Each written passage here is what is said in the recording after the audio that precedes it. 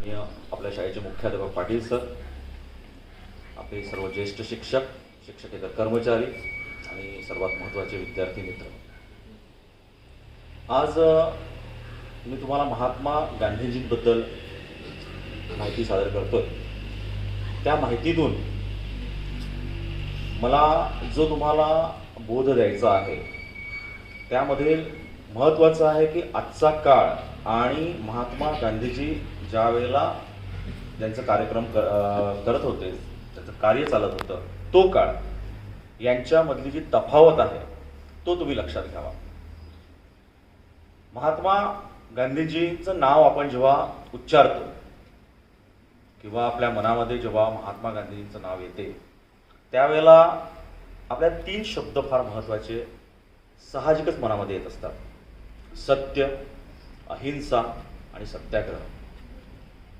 आता जो स्वातंत्र्य प्राप्तीसाठीचा जो काळ होता त्यावेळेला त्यावेळची जी परिस्थिती होती ती परिस्थिती नुसार महात्मा गांधीजींनी त्यांचं धोरण, त्यांचे तत्व अनुसंगले होते, स्वतःमध्ये त्यांनी अंगीकारले होते आणि त्यानुसार ते सर्वांना दिशा देत होते.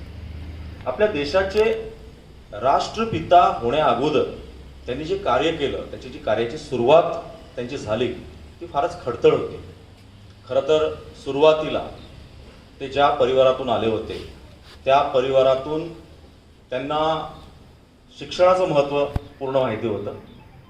त्या काळामध्ये ते वकील झाले होते आणि वकिली शिक्षण करण्यासाठी सुद्धा ते परदेशात सुद्धा गेले होते.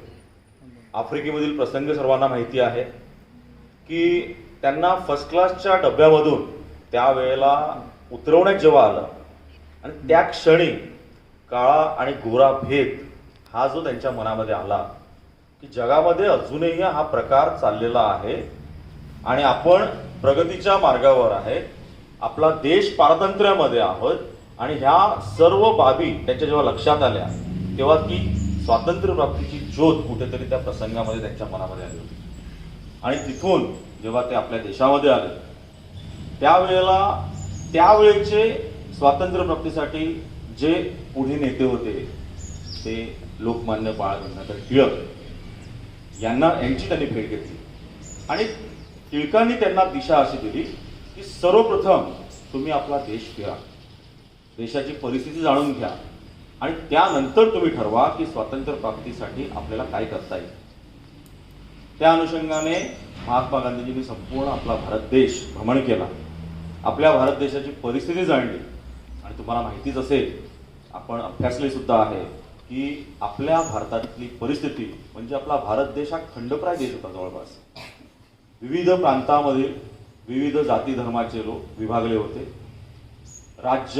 राजेशाही कारभार होता, वर्णभेद होता, बऱ्याच समस्या होत्या आणि आजही खेदाने असं म्हणू इच्छितो परिस्थिती अजूनही बदललेली नाही.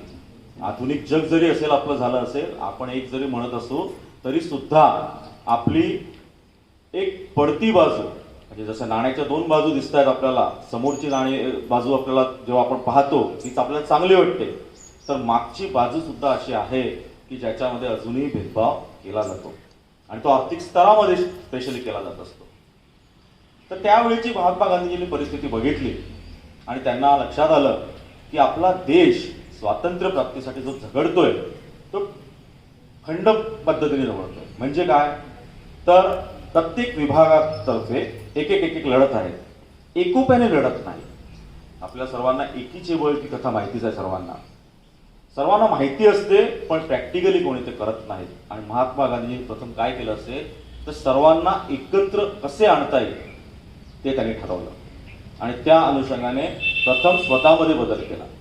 आपल्या भारताची परिस्थिती अत्यंत गरीब लोकांचा देश होता. त्या काळी बेकारी होती, बऱ्याच समस्या होत्या आणि त्या समस्या अनुषंगाने स्वतः प्रथम त्यांनी जेव्हा काही लोकांना पाहिलं की ज्यांच्याकडे कपडे घालायला नाही आहेत, अंगभर वस्त्र नाही आहे, तर स्वतः त्यांनी त्याचं वस्त्र त्याग केला आणि एक साधी राहणीमान, जसं भाग्यश्री मॅडमने आता सांगितलं आपल्याला की अत्यंत साध्या पोशाखामध्ये ते वावर केला आणि ते शेवटपर्यंत त्याच पोशाखामध्ये राहिले.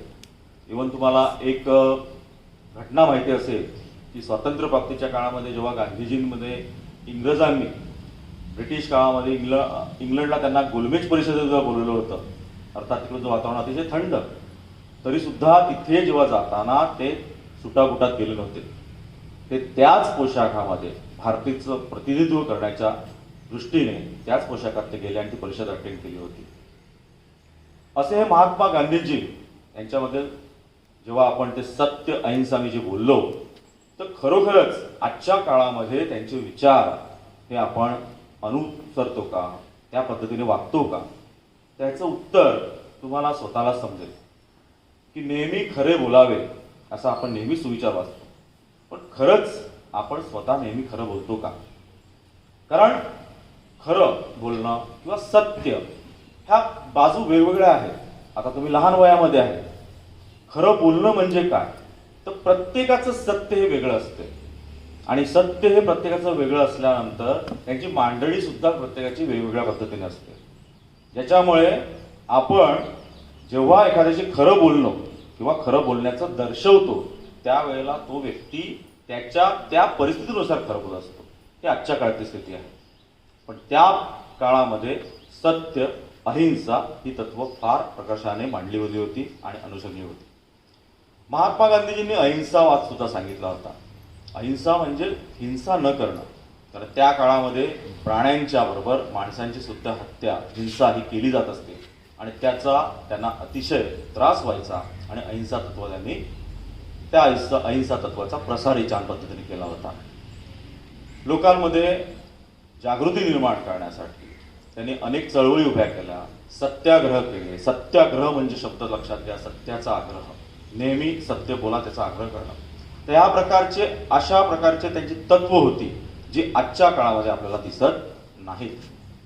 पण तरीसुद्धा आपण प्रयत्न केला पाहिजे की महात्मा गांधीजी यांनी जी काही तत्व आपल्याला सांगितली आहेत त्याचा थोड्याफार प्रमाणात सुरुवात का होईना आपण त्याचा वापर केला पाहिजे. आजच्या काळामध्ये जर तुम्ही आता बघितलं की शिक्षण पद्धतीमध्ये बराच बदल होत आहे आणि जो शिक्षण पद्धतीमध्ये जो बदल होतोय त्या बदलामध्ये प्रमुख जे तत्व आहे शिक्षणाच्या बाबतीत ते त्या काळामध्ये महात्मा गांधीजीने लिहून ठेवलं होतं किंवा सांगितलं होतं. मोफत आणि सक्तीचं शिक्षण.